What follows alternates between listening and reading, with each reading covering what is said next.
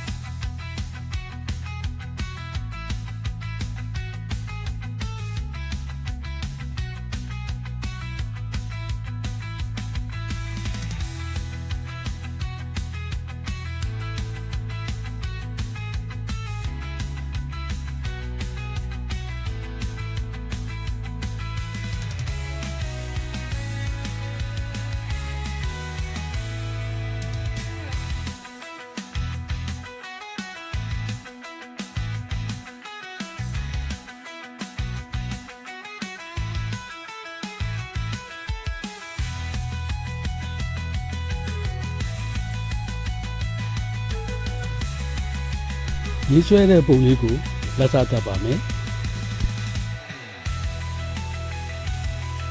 မြင်ញ្ញမ်းပြုခဲ့တဲ့မူရင်းပုံကိုလည်းရှင်တွဲပေါ်ပြလိုက်ပါတယ်